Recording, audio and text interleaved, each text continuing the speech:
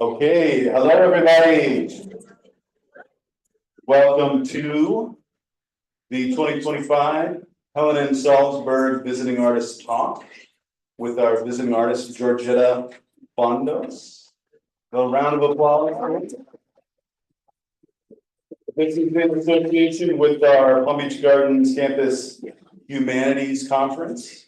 Before I really get into it, I just want to introduce a few luminaries in the room. I see that we have our academic dean, Jyrese McClendon, over there. Come on, Jyrese, right there. We have our associate dean, Dr. David Penna, right there. I think we have Mr. Dean Glorioso from the Palm Beach State College Foundation. Wave your hand. And of course, my excellent colleagues, Professor Michael Blair in ceramics. Professor Kara Walker-Tomei in art history. And Professor Erica Cespedes in photography. And once again, I'm Professor Jack DeBeaufort in art. So I just want to introduce our visiting artists and then also our Who family mentees, if you'll indulge me for a few minutes, and then I'm going to let Georgeta talk. So, renowned muralist Georgeta Fondos was chosen as the Helen M. Salzberg Visiting Artist for 2025. Born in Moldova during the challenging Soviet period, Georgeta immigrated to the United States and began her career as a muralist and fine artist. Her work is featured in public buildings, parks, museums, and private collections in the United States and countries such as Greece, Moldova, Switzerland, Mexico, and Lithuania. In her own words, when I look back on my journey, I realize that it has a fairy tale come true quality to it. I was born in Moldova during the challenging Soviet period, when Moldova was one of the USSR's 15 republics. As a young girl, I loved making art. I would sit for hours and hours creating beautiful worlds with colored pencils. Looking back, I realized that my work speaks about life itself, independent of language or culture. Because I'm an inherently curious person, I was never afraid to dive into new media and styles. This allowed me to become a versatile artist using both abstract and realistic styles, working in many different media such as oil, acrylic, watercolor, gouache, and textiles. So, now, right now, Georgeta, and some of you may have seen the beautiful mural that she's working on over in the amphitheater. Raise your hand if you've seen this mural, okay. And this is made possible with the generous support of the Gardens Campus Provost, Stephen Joyner. Is Stephen around, or one of his emissaries? Okay, I wish he was. And of course, the foundation, the Helen M. Salzberg family, and the Koo family. And a big part of this is three young people right over here who we call the Koo family art mentees. And I want to introduce them. They're the ones that have been selected to work with as mentees with Georgeta. So she's mentoring them. We do this every year. So if you're around next year, you can apply to do this as well with the next visiting artist. So if you can stand, and I'm just going to introduce Vinny Ramirez to stand and wave. Vinny says, I'm an 18-year artist from West Palm Beach, Florida. He's striving to become a professional animator. My goal is to normalize the struggles of life and general misfortunes, whether it be through traumatic events or mental illness. My two mediums of choice are painting and 2D digital hand-drawn animation. I share my stories by creating narrative illustrations and retelling life through fictional characters in the journey that I have experienced, along with important figures in my life. Okay, our next mentee is Stephanie Martinez. Stephanie, go ahead. Stephanie says, I'm a 20-year-old traditional artist. I'm attracted to incorporating Florida's stunning wildlife into my art. I've always found myself entranced within the pages of my sketchbook, a world separate from the one around me, providing peace. My preferred media to work with are charcoal and graphite. Once I graduate from Palm Beach State with my AA degree, I plan to work my way up within the art world, doing internships with local artists.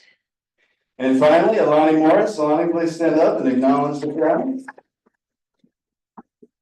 All right, guys, I'm a 19-year-old digital artist passionate about character and world creation. Growing up, I consistently found myself lost in worlds painted by talented storytellers and artists. Inspired by the universes a few could create, I wanted to try for myself. I've explored several mediums, both dry and wet, but I've always found a home in digital art for its versatility and forgiveness. After I graduated from Palm Beach State with my associate in arts, I wish to further my education at the University of Central Florida as an art and humanities emerging media major. So, without further ado, I just want to pass the mic to our visiting artist, Georgeta Fondos, and she's going to talk for about 45 minutes. Then there's going to be a 15-minute Q&A. Then there's going to be a short panel where myself, Professor Spedes, and Georgeta talk about inspiration. And then we have a pop-up exhibition as well as a inspiration tree concept that we're going to explore. So, without further ado, Georgeta Fondos. Thank you.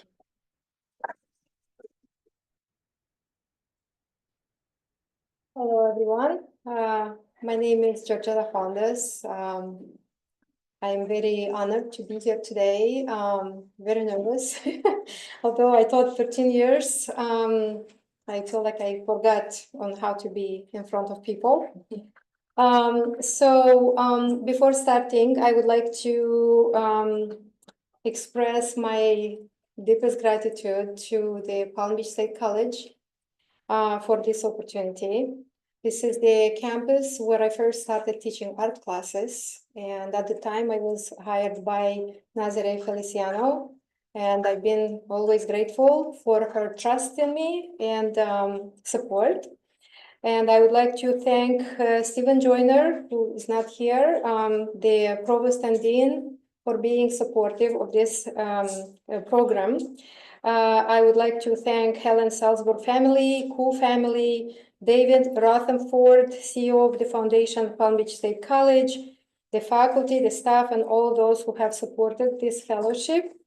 And also special thanks to Professor Jacques Debefour for your support and for willing to transform the campus, to beautify, to make it more inviting and engaging. And thank you to Erika Cespedes for your support and also for the idea of the learning tree. I think it's a great one. And speaking about the learning tree, when I heard about it, I remembered my years at FAU when I was getting my master's. There was a small tree by the studios, and I used different color threads, and I created an installation, which at the time, one of the professors' name, Wendy DeShini was the professor, and she loved the tree. And that was a starting point for me to create an installation in my colleague Kara Walker's art show at Hotel Biba. I don't know how many of you are familiar with that art show, but that was some good years. I've been in her shows for many times. So yes, the tree, the inspiration tree, I just love that. And I really hope we can get a lot of quotes today and a lot of students involved, and let's see what happens. And after that, you're welcome to come by the mural, and you can write the quote in the mural, and then I give you paint and you can paint it. And there is no fear of painting. We already tried it with many students and it works and it looks great.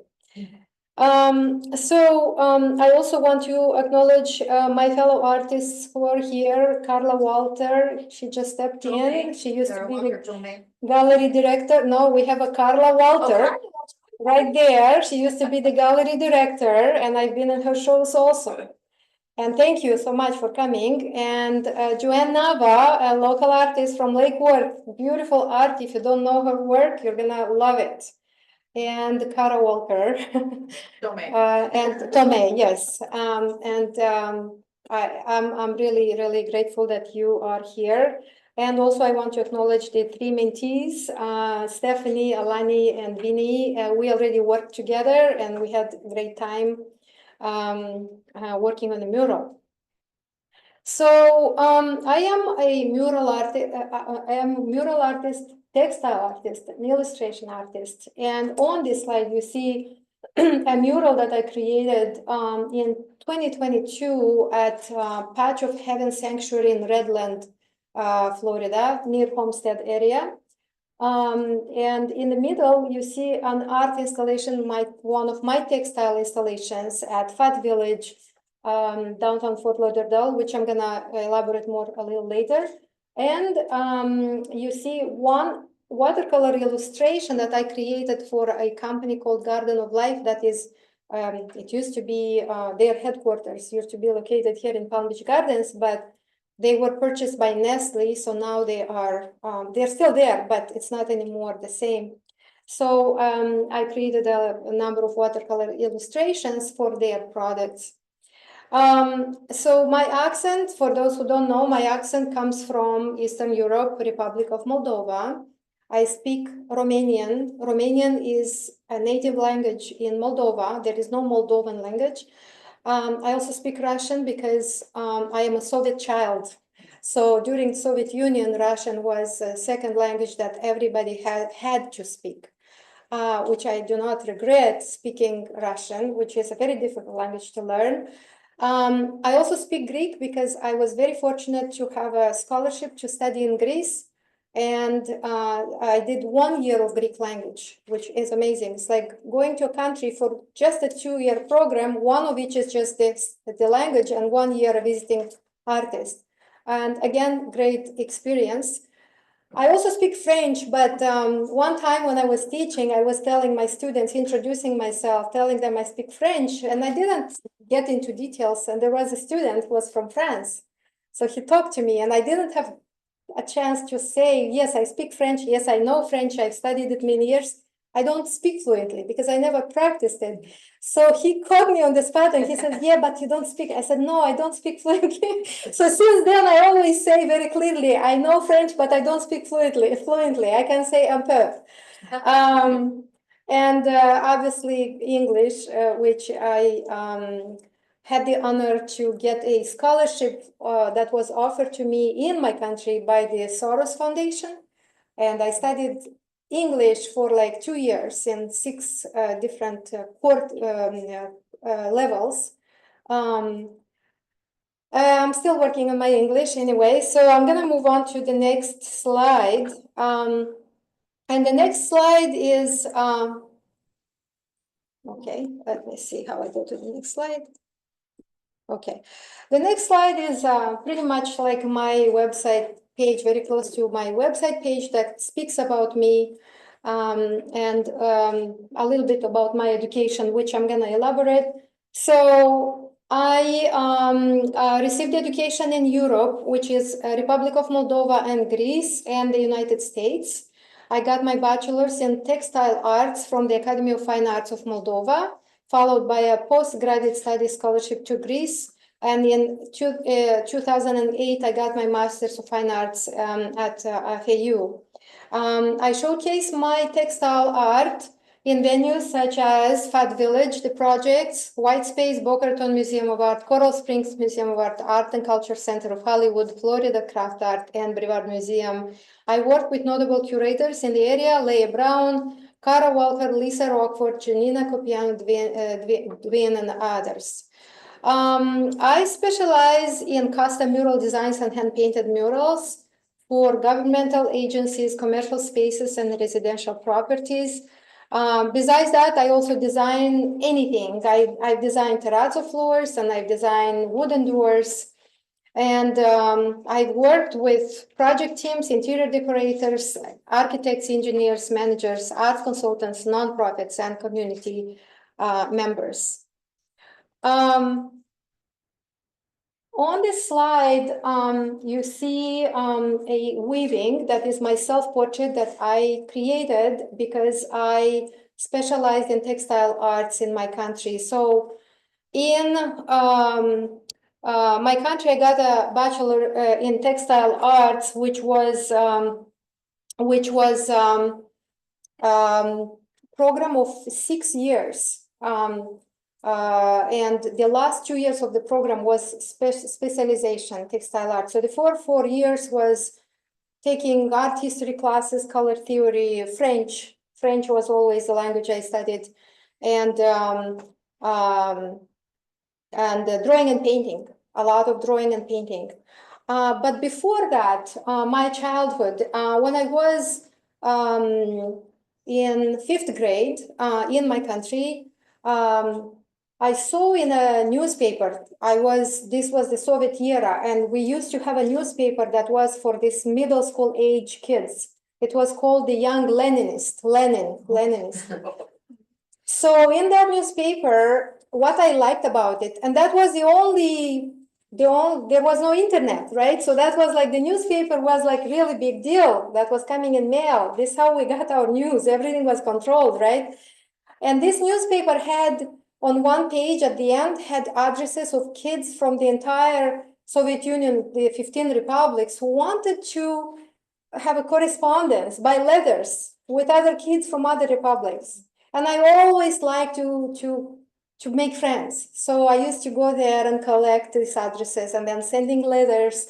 And then we were sending each other like letters and postcards and something that can go in that letter. What can it be? Something like a handmade something. And so this was the way of, interaction those back in time, right? And one day in that same newsletter, I saw an announcement that this art school in the capital of the country was accepting applications from kids after the 4th grade. And I was already in the 5th grade. And I got so interested and I persuaded my mom and I asked 2 of my teachers to talk to my parents and let me go to this art school. And I did not care that I have to go back again to study in 5th grade because that was like so I went to this art school, which was the best thing that ever happened to me because that was for me like an escape. This was a boarding school specialized in art with a very disciplined program. I did watercolor, I did drawing, and I did painting in like watercolor, oil, different drawing media, including ink. So it was really a very, very good program. And I loved, I at that age, ask an 11-year-old kid if they like art. They may say they want to become an artist, but we don't know if this is going to happen. Well, I guess I was very fortunate that I just got in the right place and I did like it. And I always enjoyed everything I've done. And I did so much homework and participated in a lot of contests and always getting into like different artist competitions and all that. Well, from my class, we were like 28 in class, only 4 of us are making art today. Everybody else didn't even pursue higher education. They're working somewhere, something else. They're doing something else. And not that they were not talented, but it's because they didn't trust it. They didn't have trust in art. They were afraid they're gonna fail. They were afraid they're gonna become starving artists. And what else for me is very important is that in that school, I was only 14 years old when I was chosen the only student in the school to be sent to a trip to an international children's camp, which was apparently something that was taking place every year. But each year, one republic only could send 10 best kids in the country. And that year was Moldova's turn to send 10 best kids to that camp in Hungary. And they wanted kids that are art related.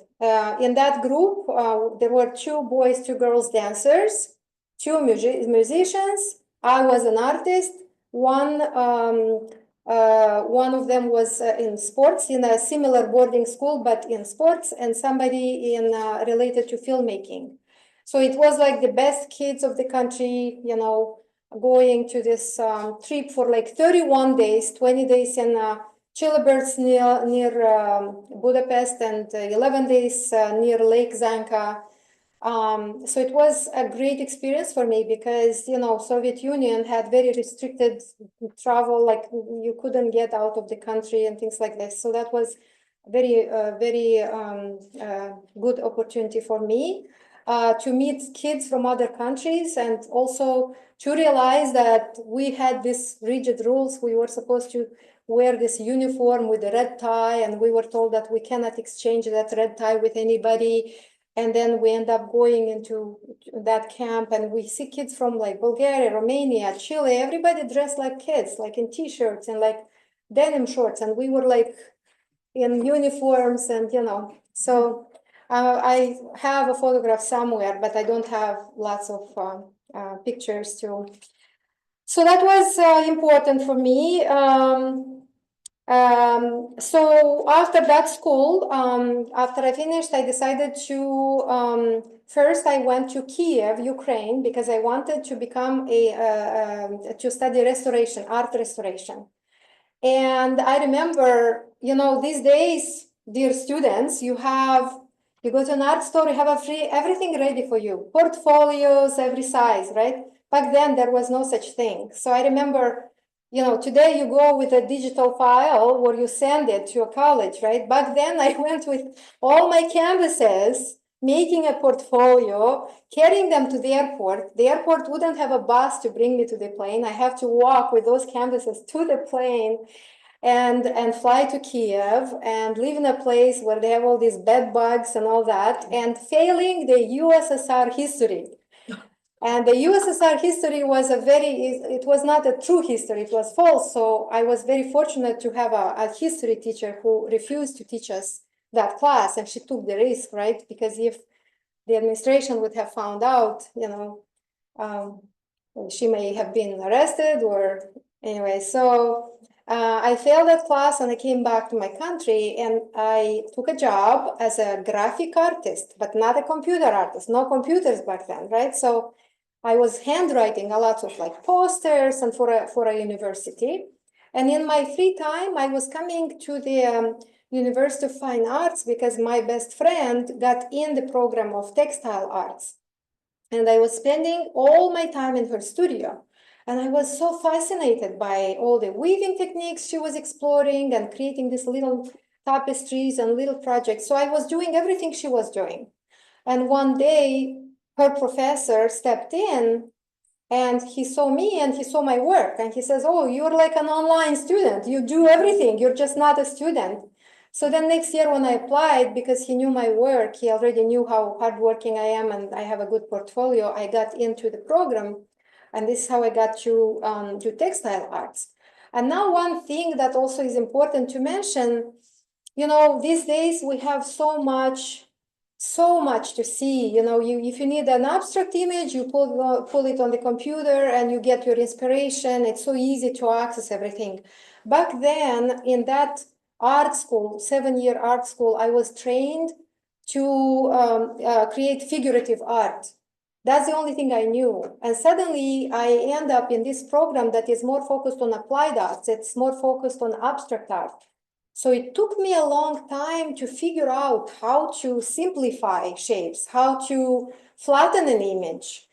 It really took it was like a process, like really long, like Picasso. If you read about Picasso, Picasso also took all the Cubist artists, right? It took them a long time to figure things out and how to create this kind of imagery. So that was, for me, this is something I remember, and I really appreciate that I went through that really challenging process. Nothing was there, and I had to really find the way to make my own art and all that. So on this slide, you see the tapestry I was talking about. So in this textile art program, I created different types of art. Unfortunately, I don't have many pictures. This I have because I have it in my home now. But all the artwork during those years, the school was taking all the best projects. They were taking it. They were saying, we take it into the school fund. And we never know what happened to it. What I heard was that it was donated to some ambassadors, it was always donated as a gift to someone. So, my work, not only my work, my classmates' work is somewhere, it may be United States, it may be Europe and all that. So I don't have a lot of artwork from that era. This textile program was not just focused on weaving, it was also focused on batik painting, which is this colorful picture here. It was focused on dyeing fabrics and many other techniques that relate to the applied arts. So basically, I believe this is where my work ethic and precision came from that time, because it was so much emphasis on technical execution and discipline and endurance. And so also I realized that how this textile program shaped me as an artist to give me appreciation for both, right? Representational art and applied art. And also, my ability to handle large scale projects these days and integrate them into an environment also relate to that kind of art that I was making at the time. After I graduated, I decided to start, I mentioned here PhD in art history. I went into a PhD program, and I was admitted to candidacy, but I interrupted the program because of scholarship in Greece.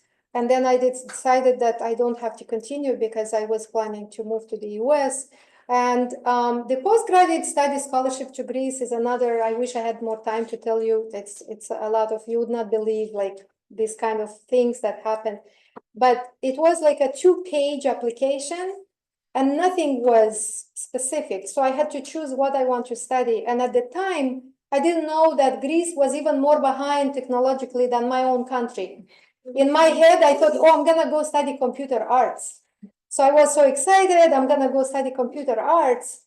And I went to Greece and I went to the State Scholarship Foundation to file paperwork. And I'm told, well, you have to go to get your Greek classes first, which I didn't know, right? So I had to go to enroll at an university to study Greek.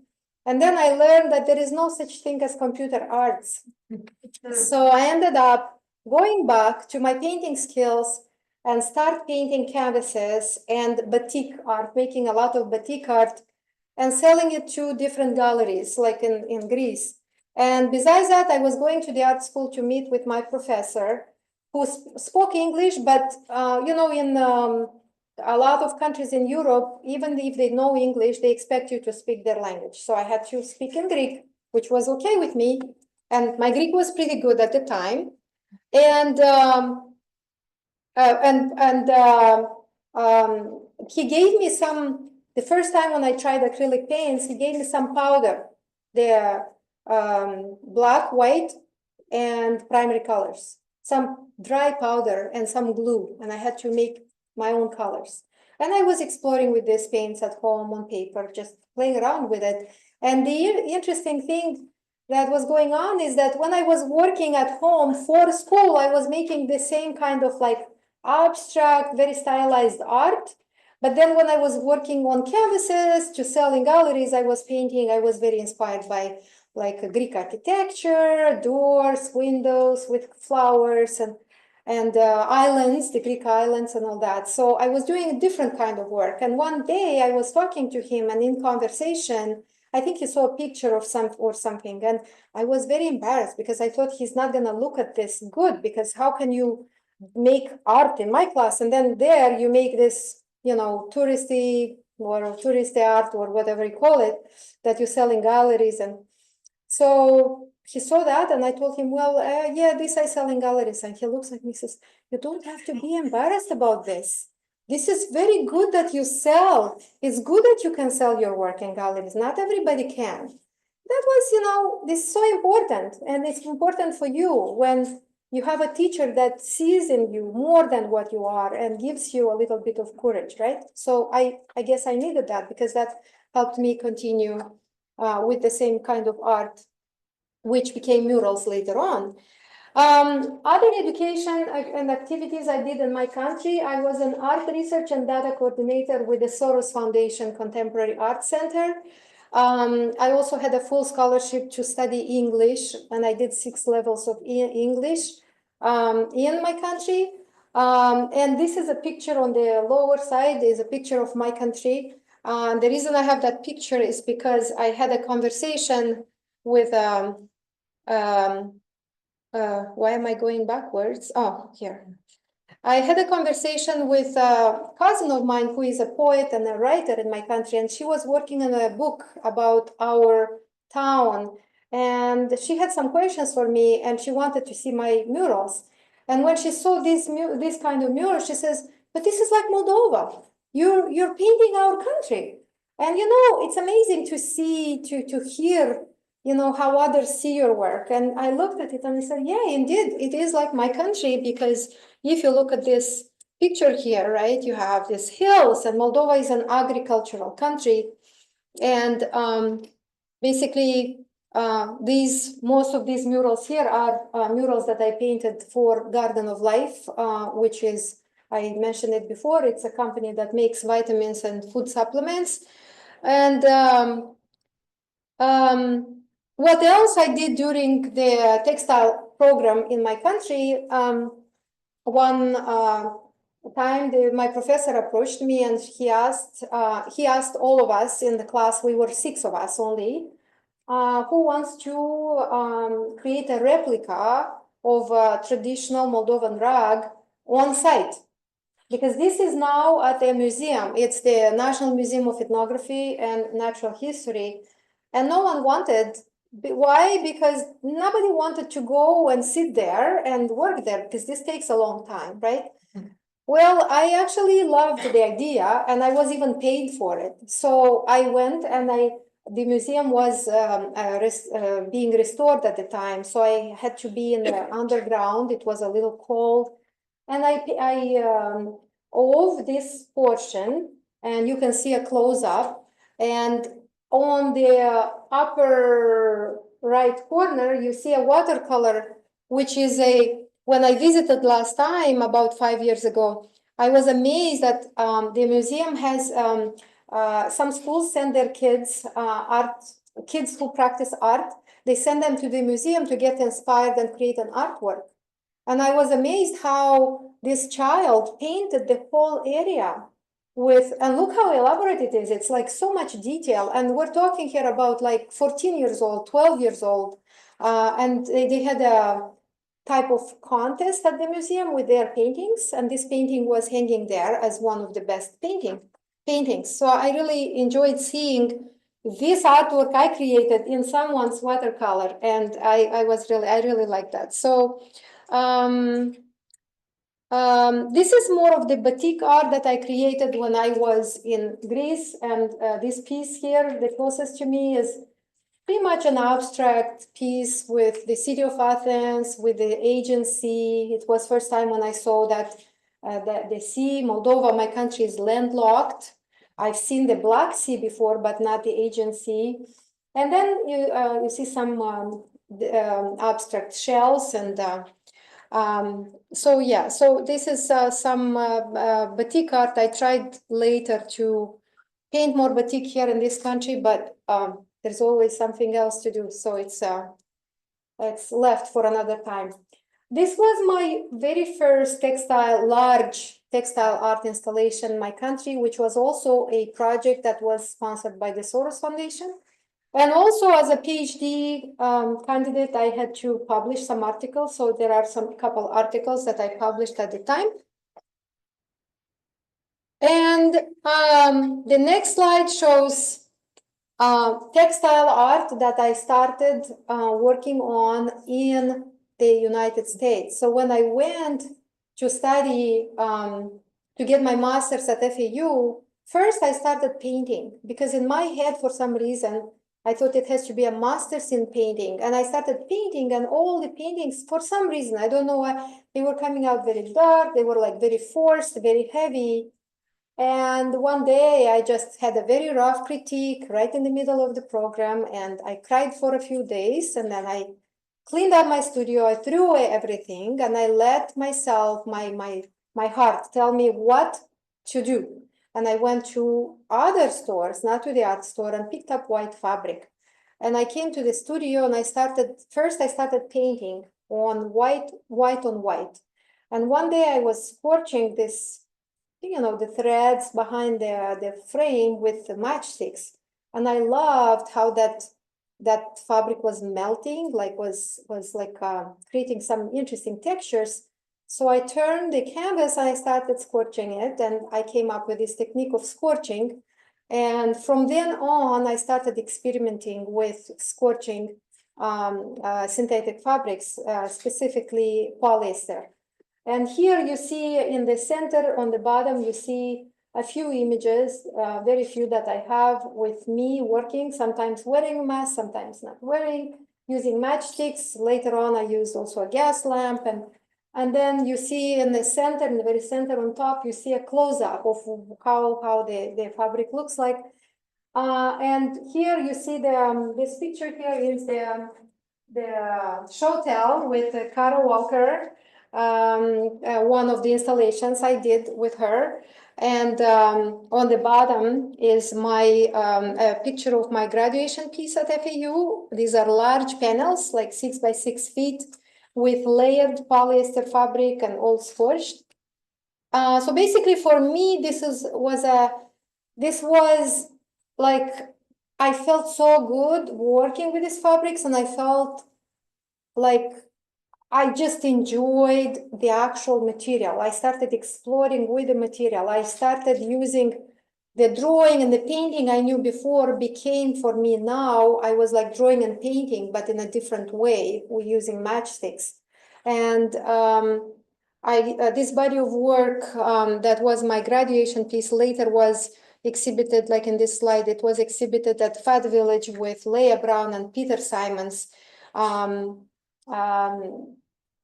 it was like lit from the inside. And what else I learned in this country with this kind of work? In my country, when I was growing up, what I was learning from artists, that if you have a painting and you put it in an art show, you cannot showcase it anywhere else. It was like, that's done. But here, what I like about this body of work, and even anything that artists create, you can put it in other art shows, right? And you can, in this case, I did showcase this piece, for example, in many ways, which I'm going to show you in a little bit, in many different spaces, because it always changes. You can always add something to it and all that. So this is a piece called Visions. It's pretty much the last large piece that I created before I stopped working in this field, because I'm so working in murals these days, or busy with murals. But on the picture to your right, it's a smaller version of it. And that was the very first one I created. And I donated it to the Art and Culture Center of Hollywood for their fundraising program. And the piece was acquired by Girls Club, which is a pretty notable collection here in South Florida. And that piece, I loved it so much that I just always had the vision in my head. I want to make it larger. That's why this piece is called Visions, because it is me keeping it in my head until finally the day came, and I spent like 3 weeks making it. And when I brought it to Fat Village and I hang it there, it started moving with the air, and it started like dancing. And I looked at it from a side, and I was trying to, the art sometimes confronts you. You think in your head one thing, but then suddenly you see something else. And you know what I saw? I saw myself all over the place. 1 foot in Europe, 1 foot here, 1 foot in making murals, another one textile art. Like, I'm all over the place, teaching, doing all these different things. So this is how I saw it. Other people saw it differently. People started calling it jellyfish, because it does have a little bit to do with jellyfish shapes. So this here is another installation that I had at the White Space with Lisa Rockford, another great curator in the area. And basically, it was an interactive piece where people could use a piece of scorched fabric that I put on a side, and they would just throw it in this like well, like heart-shaped well, and make a wish. And when it's about making a wish, people forget about everything else. They're just so excited to make a wish, right? And look at the audience, old men, right? They were enjoying themselves, right? So it was a great piece with a great interaction aspect. And the 3 pieces around are close-ups of these forms that were lit from the inside. And I took close-ups, pictures of all this scorched forms, and I printed them on a metal. I made metal prints, and they look really cute. I have only 3 of them, and I'm planning to eventually do more. But basically, this is what you can do with your art. You create one piece, you can get inspired by it, right? And you can create something else with it. And then this here is the artwork on to your left is a piece that I also donated to the Coral Springs Museum of Arts fundraiser, and it got into a private collection to someone in Coral Springs. It was also exhibited at the Boca Raton Museum of Art right after, which I had to go and ask this family to let me borrow it for the show and bring it back. The piece in the middle is at the craft art in St. Petersburg with curator Janina Kopiana-Gwyn. And then the other piece is it's an installation piece. It means that this piece is made out of many pieces put together. And I love that because I can make it smaller, I can make it larger, and I can put it on a black background, I can put it on a red background, and so forth. So that's what installation art is about. I also taught, starting 2008 to 2022, I taught at Palm Beach State College, at Broward College, and Nova Southeastern University. I taught drawing, life drawing, painting, design, art appreciation. I could have taught art history, but I did not want to teach art history because it takes so much time, so much of your time. And these are some projects from my students' classes, and drawing and 2D design projects. And I would like students to think now, when you look at this, how would you explain that in your own words? What's the difference between drawing and 2D design, or design fundamentals, right? How are they different? What do you do in a drawing class? What do you do in a design class? Because many times when you are planning to take classes, you're taking, oh, I'm going to take a design class, and you don't really know much about it, right? So just by looking at the work, try to see how you can explain that, right, to yourself, or you're welcome to raise your hand and say it now. Anybody? No? Okay, well, we'll have questions a little later, so maybe somebody will come back to this. Also, I taught at the NSU Art Museum. I taught a textile class, which was, I think, 1 or 2 quarters, and then we stopped the program, but it was a very enjoyable experience. I've had it was not like young children, it was like older people coming and enjoying themselves and learning how to weave, and we got some good work in those classes. And then these next slides will be some of my murals. When I was at FAU in my master's program, I learned about public art. I took an independent study and I learned about public art. I did more research because I didn't know what that was. So I didn't know how that works. And soon after that, in 2009, I took a class that is called Artist as Entrepreneur Institute in Broward, founded by the Broward Cultural Division. And in that class, we had a guest speaker that announced a project, which I have to move over a few slides to show it to you. He announced a project with the city of Lauderhill, which was a big dome. And I thought, I'm going to apply, I'm going to try. So I brought some portfolio work, what I had, and I got the project. And I remember on 4th of July, 2009, when everybody was eating barbecue in parks and celebrating, I was sitting and working on these designs. These 2 are watercolor designs, but these are not the only ones. I had 5 total. I was so excited about this that I said, I'm going to sit down and just do as much as I can. So I worked on these designs. I was awarded the project. I was very excited. It was the first project when I was supposed to use a scissor lift to go up 25 feet. I was extremely nervous. It was a great challenge. I was up on the lift and I was afraid to come back down until I got used to it, like everything else, right? You get used to it. Well, I would never go more than that, up more than that. I'm afraid of heights. but that was an experience. And you can see on the top right, you see that picture, that's the dome just primed with blue paint. And then you see the actual mural on the bottom. And I can never get very good pictures because the dome is high up and the lighting is not very good, but in person that piece looks so much better. And so I created this project, and after 2 years, the city contacted me, and they had an artist submitting a proposal for this wall. This is a curved wall, 27 feet long, and they were not getting anywhere with any proposal. Something wasn't working, but they had a deadline when they needed a project. So they decided to invite me and ask me to create a design, which was approved. On the upper side, you see some sketches I did, some designs. I had an iguana, as you can see, and they didn't want it. So they wanted a peacock indeed, right? So this piece was inspired by Florida Key West gingerbread architecture and classical. So it's like a mural divided in two by the different approaches in using the balustrade styles.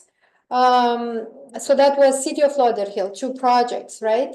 And then in 2014, after 2 years, they announced this project. They just needed someone to design a terrazzo floor for the building.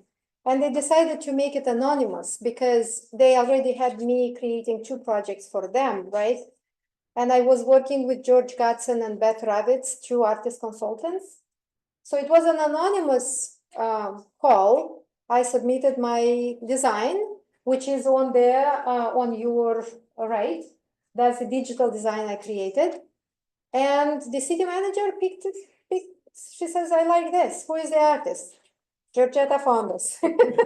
So I got the 3rd project with the city, which was just the design. And I think the terrazzo team did such an amazing job. And you can see these pictures they're making and the process. It's just amazing. And it looks so much better than the design itself because of all the different textures and the colors. And I love how well they match the colors. And of course, this was the color palette that the city gave to me, were the designers.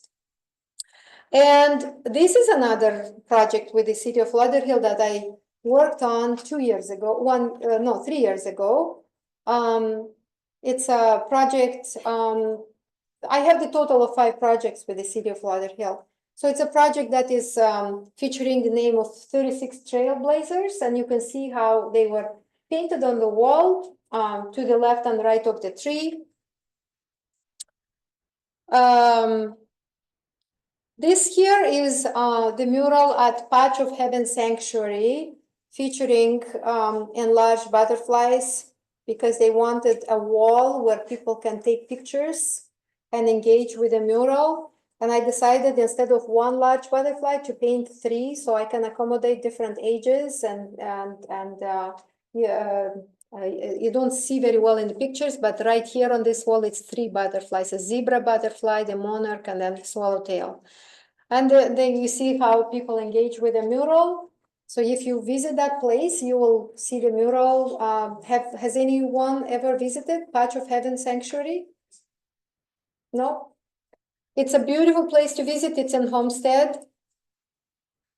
And then this mural here, many of you know because it's in the area. It was a project awarded by the City of Riviera, the CRA. It is, I'm sorry. Yes, I did that. So I have a few murals with the city, but this one was the first one, which is very detailed. If you have a chance to go very close, you're gonna see more and more and more detail. And it was a challenge. This was an empty wall, which you see on the upper right. And when I went there and I was on the scaffold, I remember talking with Joanne Nava, who came to visit, and I was telling her, Joanne, when I was there and this wall was empty, I was like, what am I doing here? How am I gonna paint this? Because this is all hand painted. These days I'm still using some spray paint to do some preparation work, underpainting, but back then I don't know, I was just not using those, and everything is hand painted. And I had an assistant helping here and there with some areas, but it's very elaborate. It's very detailed. So yeah, so that's one of the murals in my portfolios that I really like, and I visited it recently because it happened that I just moved to Auckland Park, just literally 1 mile away from where this mural is now. This mural was awarded by the city of Auckland Park, and this is a firefighter's mural. And it was a very great experience for me because they didn't just invite me to create a design, paint a mural. They wanted me to meet with the firefighters, hear their stories. They even wanted to take me on one of their engine trucks to like an accident, and we tried, and that failed. Something didn't happen, and they wanted me to experience everything, and they wanted me to showcase the activities at the station. And the reason we have this section here with a stop, drop, and roll kids learning was because originally they wanted to invite kids coming to visit from schools. They didn't want for kids to only come and see the trucks, and they wanted to also have a visual thing, right? So they would see the mural, and then the idea was to make the kids make their own art, and the opposite wall was supposed to be where the kids' work would go. Well, it looks like they never really did this. The chief retired, and then things changed, and one day I visited, they told me that actually this building they're gonna tear down and they are gonna build a new building. I jumped in suggesting that this can be saved, because if you notice, this is not directly on the wall, so it's possible to cut it out in pieces and save it and maybe do something with it. They were not very responsive, so so far I don't know what they're doing, but I'm telling you, when I went and I was looking, I was amazed by the detail, and by I'm looking like, oh, I have so much patience because it's so much work. It is like the American flag, all the logos, 19 helmets, all the uniforms, fire, texture, cars, engine, so many things, right? And I painted this in 2015. This is the 5th mural with the city of Lauderhill, which is in a community center in Lauderhill, and for some reason I'm always getting these walls that are very hard to photograph. Like either it's curved or and this one is a wall that goes up, but right here there is a roof. When you enter, there is a hanging roof, and then you have to go there to see the mural going up. So you can't take a picture of the whole mural. So that's why you see it like this in perspective. It looks good, but when I went, they put like a desk in front of it. They put some posters. That mural is like half of it is covered. Nothing of it is left. So, yeah, it's a great project, but it doesn't have that kind of visibility. And I have a couple more things here. This is an interesting project that I happen to have been part of. It's also at Patch of Heaven Sanctuary. They had a craftsman working on some doors, and they were not very happy with it. And while in conversation, I suggested, would you like me to design the doors? They said, sure. And I said, I can create some sketches. So I went back to Art Nouveau, and I found this very beautiful doors of a American cafe in Paris, Café Americain in Paris. And I found some close-ups of these doors, and that was like my inspiration. And I created this drawing right here to your right for the door. And you can see the doors. And then they asked me to design murals on both sides.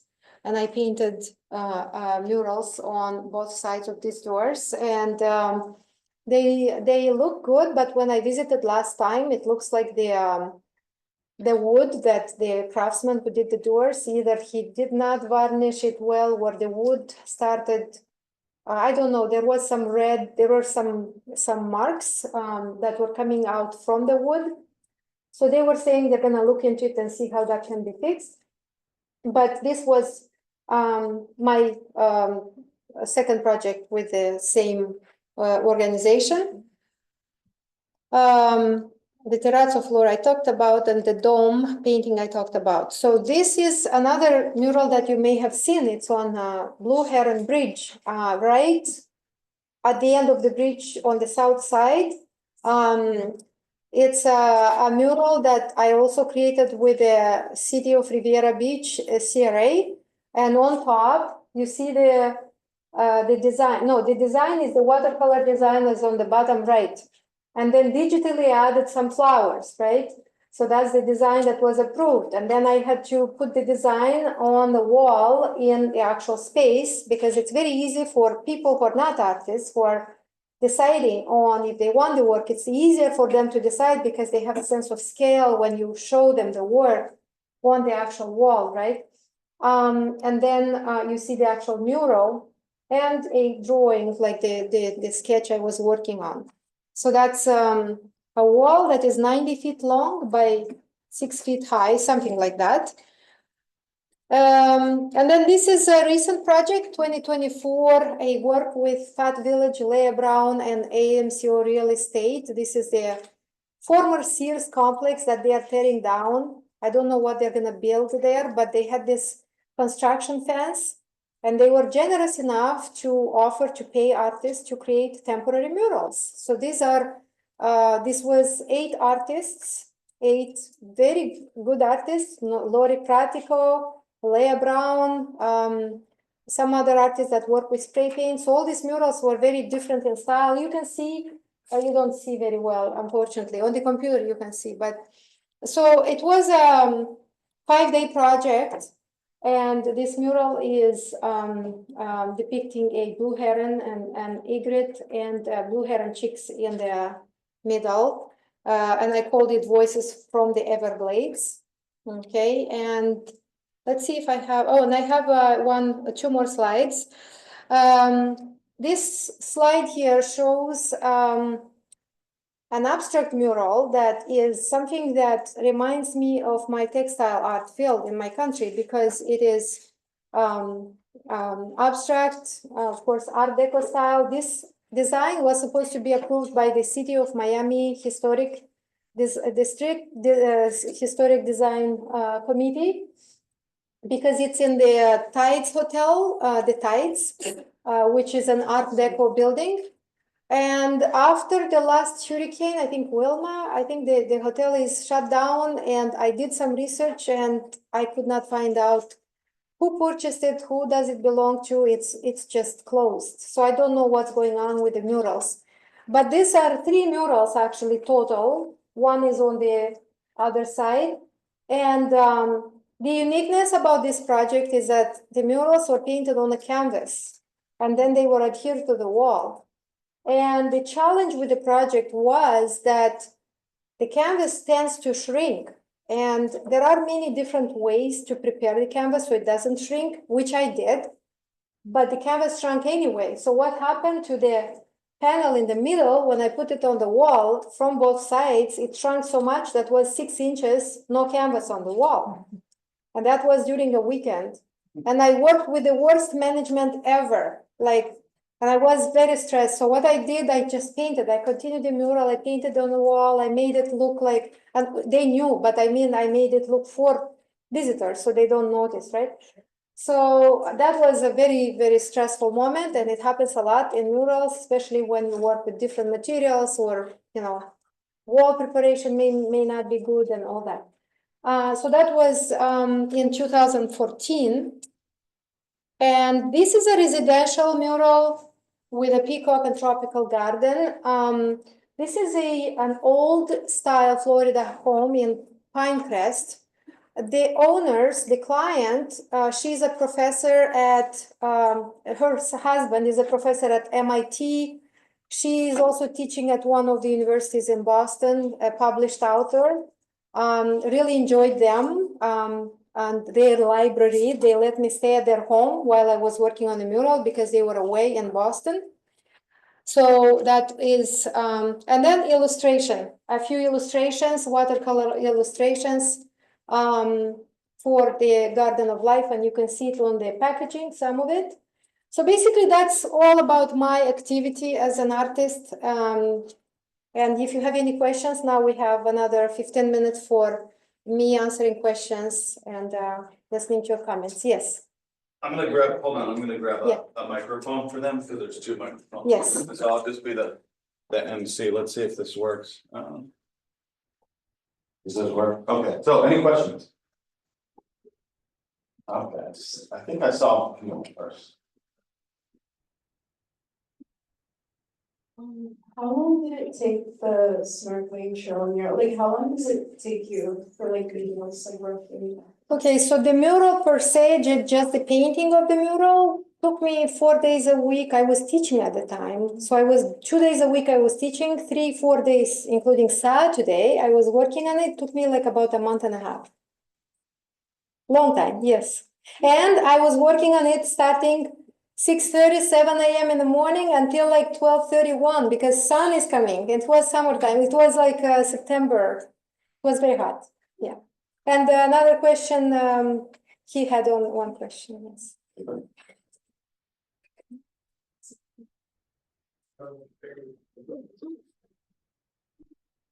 While you're in Greece, what year was that? Greece was 2000 to 2003. Yeah, that was many years ago. Yeah. Other questions? Oh, see a hand over here.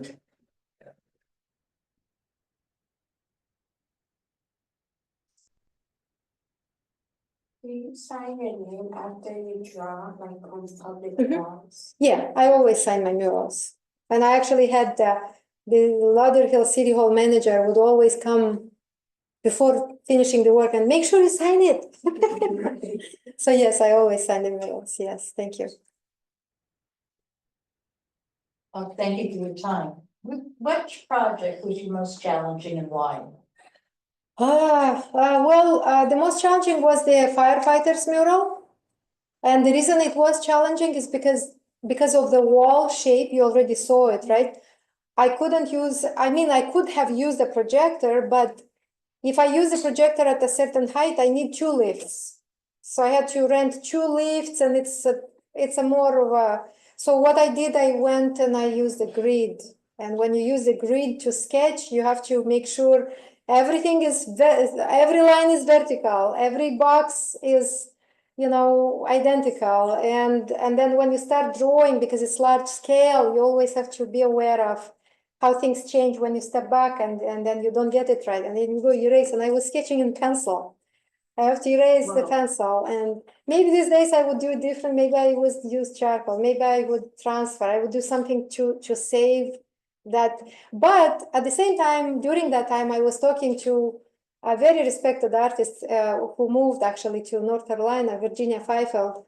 And she was asking me the same thing. And I told her, you know, Virginia, in a way, it's challenging, takes more time, but I'm enjoying it so much. And she says, you know, I do the same. Like when I do my drawings, it takes longer time, but it's such an enjoyable process to just draw, erase, go back and forth. And so there is a little bit of a challenge, but also there is a little joy. It's not, many times I don't like to rush because I have to complete this quick.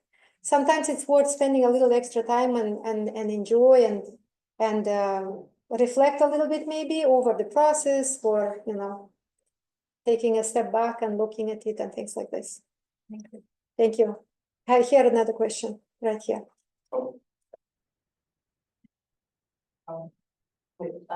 What would you say are like your main inspirations for most of the artworks that you made? Inspirations? Yeah. Okay.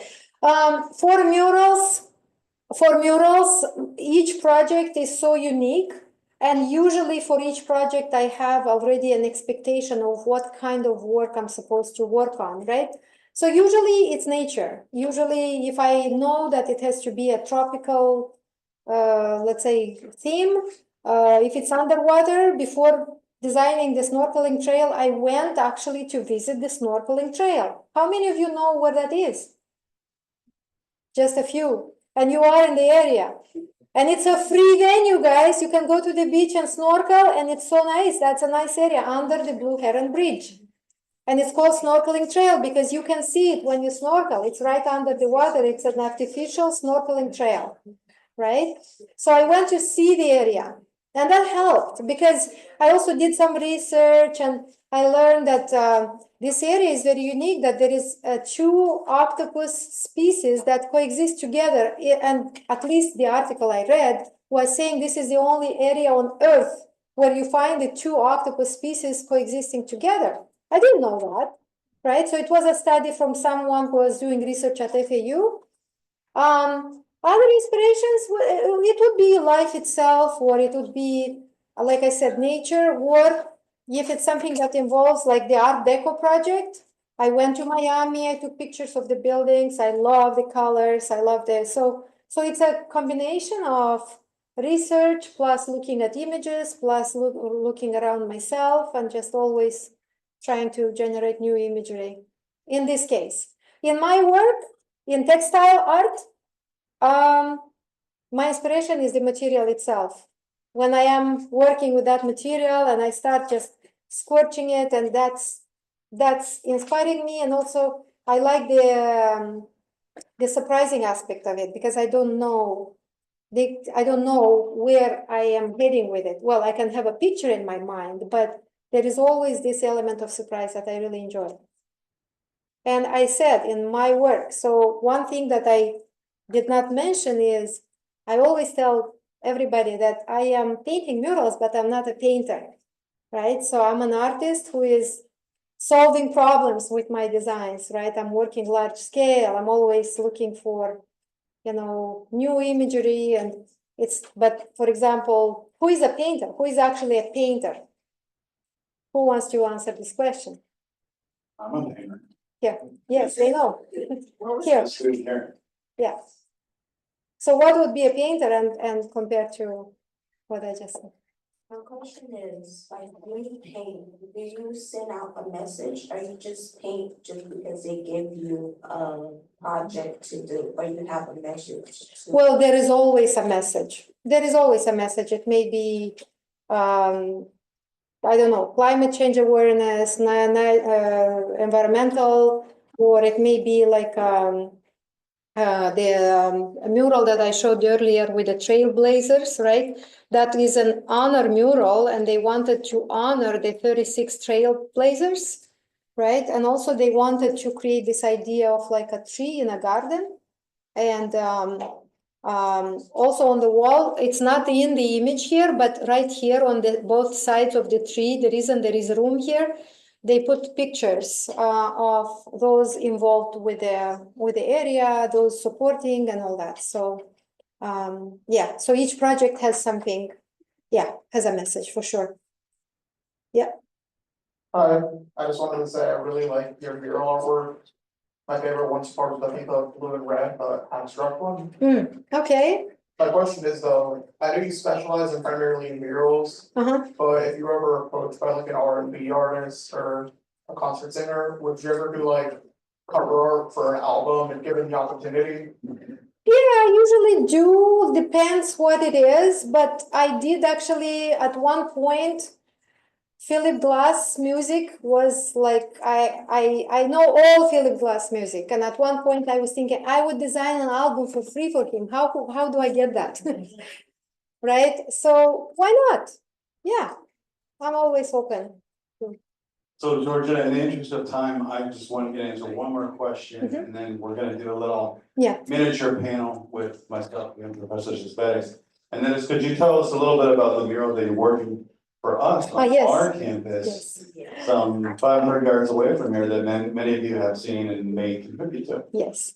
So this mural is very unique because of the way we incorporate quotes in it. So the idea was to create the idea of a learning tree, but because we live in Florida, we wanted tropical, like something tropical. So we started with the Royal Poinciana, which grows into like other trees. So you'll see some branches, some palm fronds, you'll see some bougainvillea, other flowers, the bird of paradise flower. And then I wanted to incorporate quotes throughout the mural, but I didn't want to make it flat. I didn't want to just write quotes by quote, but just play around with the shape the size of the quote, the color of the quote, and kind of blend it in with the mural. So what, if some of you saw the mural, that is still work in progress, everything is gonna be literally blending in very well. And some quotes you will have to go closer to find. Not everything is gonna be in your face. So the idea behind in using the quotes is to uplift you guys. Like when you pass by it, you read a quote and you feel better. We're reminding of yourself or of doing something nice for somebody or of your why are you here on campus, right? So the quotes have to be inspiring. Some of them are art quotes, some of them are education quotes. So yeah, so we want something colorful, vibrant, engaging for sure, right? Interactive, right? Because most of the work, most of the public art these days is supposed to be interactive, because why is it in the public, right? To educate, right? So there is a message here, it says to educate, to engage. So yeah, that's what the mural is. Do we have a round of applause for the party?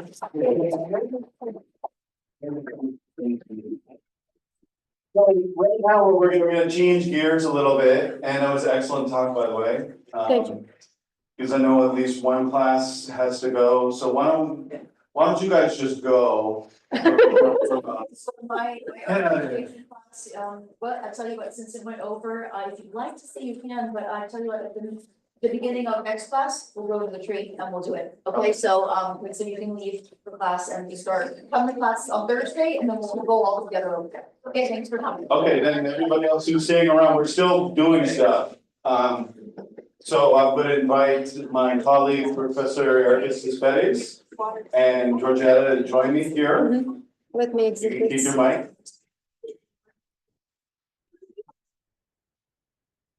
I don't know how to exit this, but can I just do this? Just...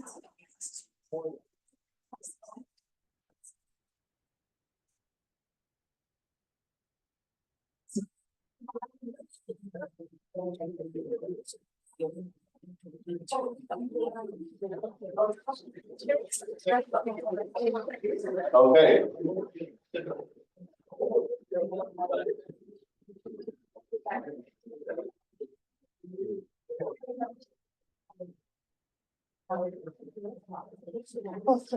Okay, so we're gonna shift gears a little bit.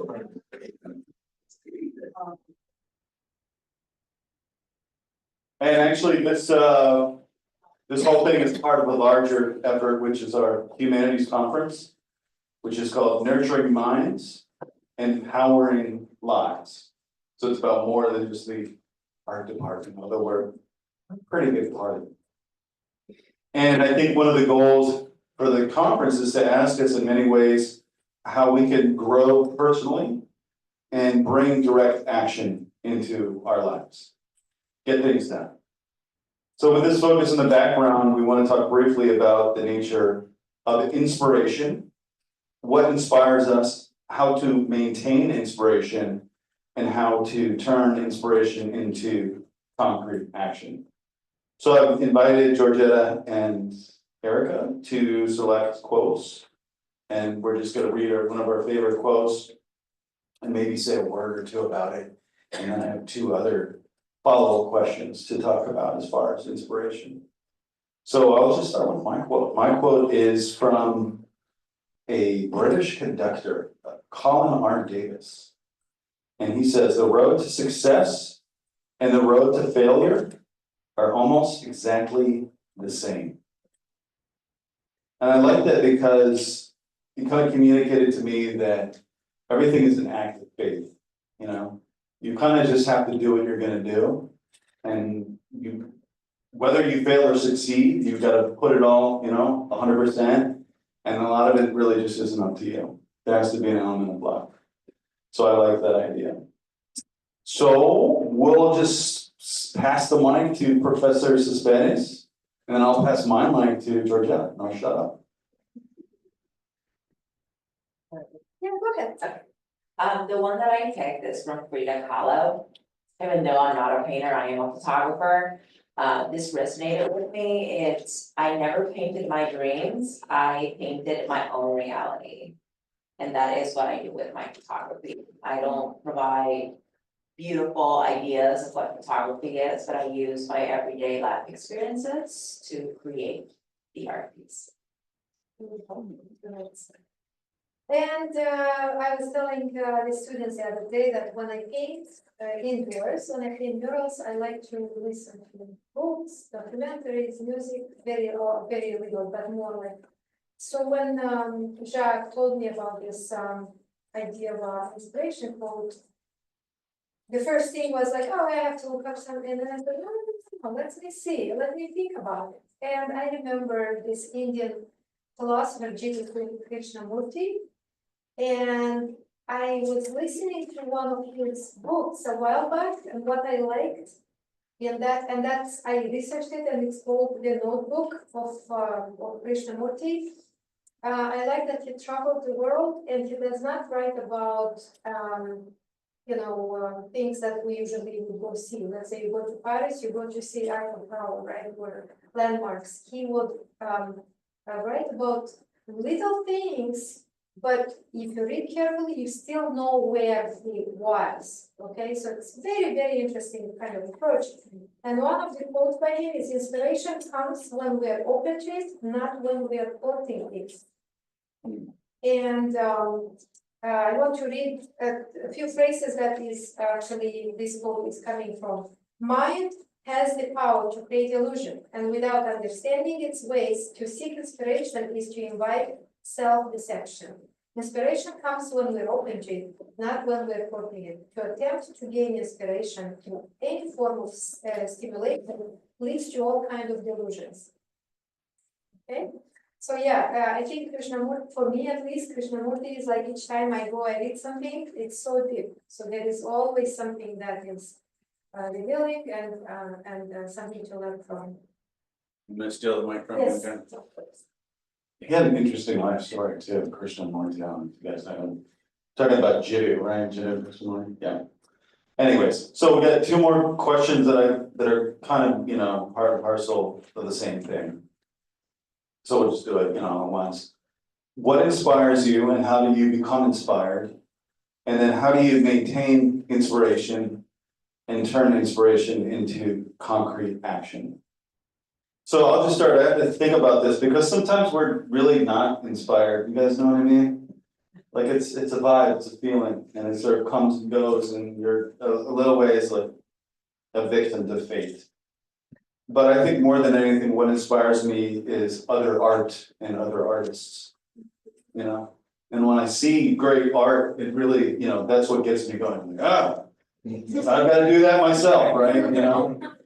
And then how do you maintain inspiration and turn inspiration into concrete action?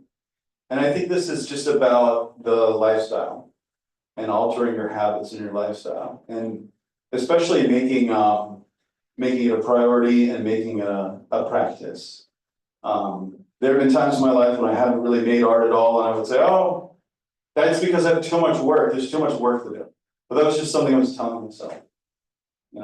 I could make time if I wanted to. And then when I was inspired, I made time, even though I still had the same amount of work. So, and then doing it every day, over and over again, and not just occasionally. You kind of have to force yourself, even when it's difficult, because then after an hour or two it won't be so difficult. So those are my little words of wisdom. So. Sure.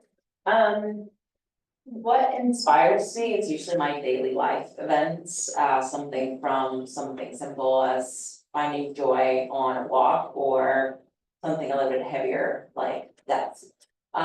So what I do, my creativity doesn't come right away. So I do tend to sketch a lot. I write little keywords, and then at some point through the process of dealing with all of these, the images and ideas start to come to fruition. And I sketch a little bit more, I create little mini prototypes, and then I plan my photo shoot. There is a lot of symbolism into the work that I create, and it takes a little bit of time of that research to happen and for things to start to flow. So it's a small baby step, but once you have that moving, everything just starts to flow and it comes together.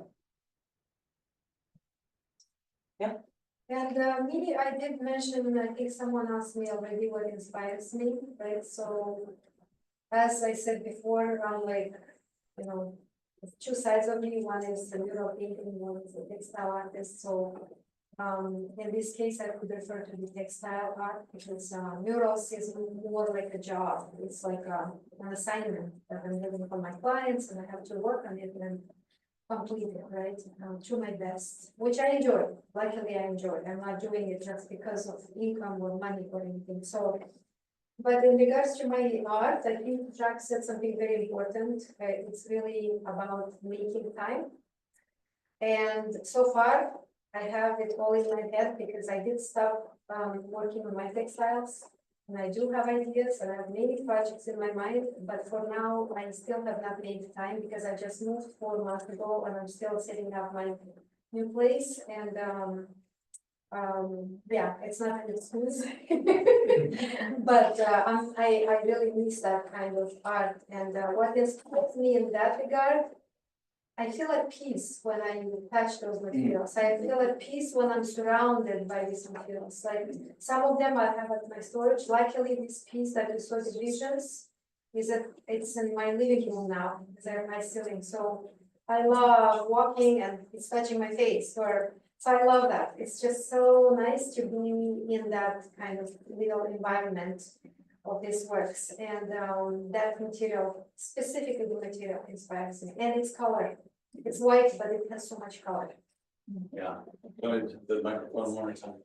Well, I really like what Georgeta, what you said about the experience of it, and you know, we talk about this sometimes in our studio classes where we get into the flow state, you know, where we're listening to music and then time goes by. And I often think that my students, when I'm running a lab, they experience time differently than I do, because I'm not in that flow state. I'm just kind of, oh, let's take a look at your drawing. But then the students are like in that state, and I'm like, okay, time's up, guys. I gotta go home, and I'm gonna go to dinner. And they're like, well, we just got here, you know. So I think that the practice of making art is good for you mentally and psychologically, because you can kind of get into that frame of mind. And that can inspire you. So I wanna hand it over to Erica in a second, and she can tell us about the inspiration tree. But before we do that, I was wondering if anybody wants to share their thoughts on inspiration and what inspires them and how they stay inspired. And okay. Alana Worms, one of our mentees. I think what inspires me, like Professor Jacopo said, is other artists. Because I see what other artists can create and have worked with for so long, and I think that's what truly inspires me to keep going. Because without other work or seeing art, I don't know where I'd be, I think. Because, you know, I need to see things or be like, oh, I like that. I need to experience it to be like, oh, I kind of want to do that for myself. But aside from that, I also just think, as Professor Suspera said, just daily life, you might see something, you're like, oh, wait, I see there's a little something in that I kind of want to recreate or like use in my work, but there's something in that just kind of makes you feel a certain way. I want to take that and make it into something, you know, visible. So, but that's, and as for maintaining inspiration, it just comes, it comes at certain times, at the worst times, sometimes when I'm most busy, it'll come, or when I'm like trying to go to sleep, it'll come. So I just gotta roll with it, honestly. Roll with it. Yeah, because forcing it is. Anybody, Camila?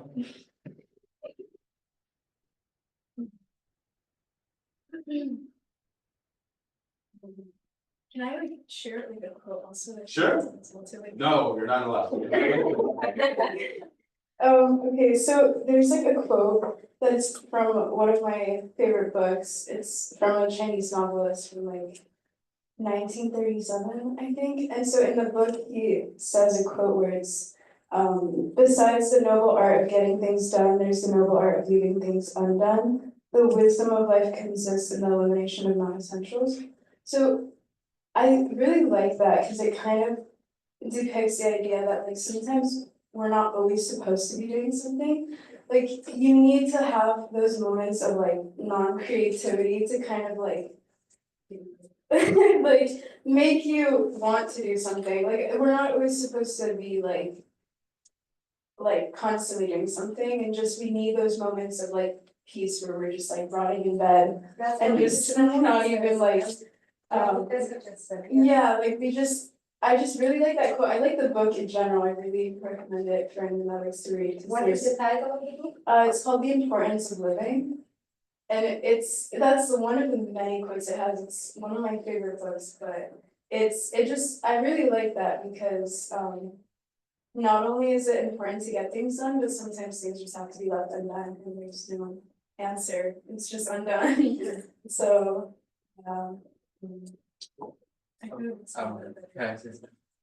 Okay. Something that inspires me is music. I'm not like a good listener, I guess. I'm more a visual person, but for some reason, when I listen to music, I can see it. So whenever I draw or whenever I'm doing something of that sort, I like to listen to music because I can see it. I like to do a lot of little short films and things like that where I just film myself doing things. And I always find myself whenever I listen to a song or a certain album or a certain artist, I see myself doing some type of visual thing attached to it. So yeah, really enough, the music kind of inspires me to do visual things. Well, have you know Kandinsky? Wesley Kandinsky's work? No, I don't. Well, he is one of the artists that, this is called what you're talking about, this is called synesthesia. And listen to music and so you should look into this artist. I'll give the name. Yeah. Well, I can already see the musicality of Andy's artwork, but it's more like the club. So we don't have too much time, maybe there's one more person, maybe Carla Walter, our old gallery, Carla used to work for many years and ran the gallery. I just want to acknowledge what a great job she did, and how wonderful that she's here. Carla is an artist herself. Do you have any thoughts about inspiration, or should I give it to one of the students? No, I'll tell you what Okay, all right. I don't even like, I'll call it. Nature, Nature? birds, obviously. But I would say mostly I'm inspired by what I see outside or smell or just being in nature and but I am crazy about birds and dogs. That's what I'm doing now is painting dogs. Yeah. Awesome. All right, so now we got time, we have limited time, so I want Erica to explain the inspiration tree, maybe we'll walk over there once it's explained, so, yeah. Okay, guys, so if you have not seen the mural, you have to stop there, but we are using the quotes that you are going to write today in those little tags back there that are ready for you to grab one and put your amazing inspiration on. And we're gonna hang them on a tree for the next 48 hours, and then we're gonna give them all to Georgeta, and she's gonna pick some extra quotes and add them to the mural. So this is a very interactive part of our conference this year. So as you guys get up from your seats and go grab a tag, think about what is it you wanna write, and then we're gonna go outside of the building into the tree, and you guys are going to place your inspiration quote on the tree. And do they know where the tree is? I will take you guys. We're gonna walk there. Okay. Okay, so we're not coming back, so Just leave me the trees. grab the little tag with your quote, and then we'll head on over to the tree. Yeah, that was a wonderful talk, thank you so much, thank you so much, I think they really enjoyed it. Yeah, now I'm still in class, so I can't stop and talk, once we do this, I'm gonna go back. Yeah, I understand, and I have to meet with Carla Walker by the mural. Okay, I'm not sure if this is still I going. think we logged out. Let me do end here, There you and then. Good to see you. Oh, it's good to see you, buddy. Thank you very much. Oh, Very thank you. inspirational. Oh my gosh, be careful. This handshake was perfect, right? Thank you. There we go. Thank you.